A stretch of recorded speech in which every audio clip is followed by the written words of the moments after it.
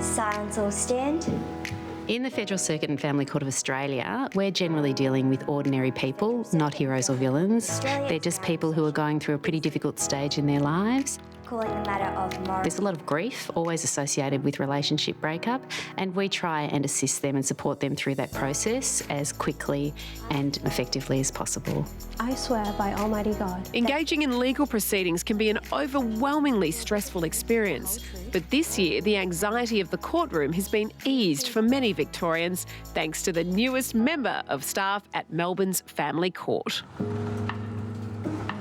Poppy is a fully trained facility dog, so she began her career with Guide Dogs Victoria, and they recognised that her temperament was possibly going to be better suited to being a therapy dog, so they career changed her to work within the environments of a court. 3 days a week, Court Engagement Officer Hilary Bunkin accompanies Poppy to the courtroom, where she's been trained to act as a calming, furry friend to anxious witnesses appearing before the court. When they move into the witness box and take their oath, I will take Poppy and settle her on the floor. They have her there to pat, and quite often sometimes I've seen people bury their toes in her rug or put their feet on her back, just to have that sort of warmth and security and support there, that unquestioning support. So the next step, I don't think we had any understanding or expectation of what an extraordinary impact Poppy would make. My family lives in a... Over the course of a day, she can turn a timid, reticent party into an extraordinary narrator. My room is next to his room. She provides people with the confidence to really tell their story and the comfort to be able to do it in a way that is authentic to them. And I moved out at some point to live with my partner. She looks as if she's asleep, but if you know her well, you'll see that quite often she's actually monitoring the situation the entire time. So she will get up and move around. Sometimes when somebody is exhibiting quite high levels of anxiety, she's maybe trying to distract them.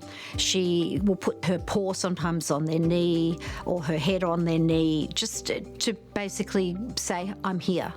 I recall an occasion when Poppy made a significant difference where we had a person who was acting for themselves in court and they became very upset as they were explaining to me their story. We called Poppy in, and initially that person actually, when they saw Poppy, became even more upset. Actually seeing a dog and the emotional connectedness to Poppy made that person more upset, to the point where I actually had to adjourn the court briefly.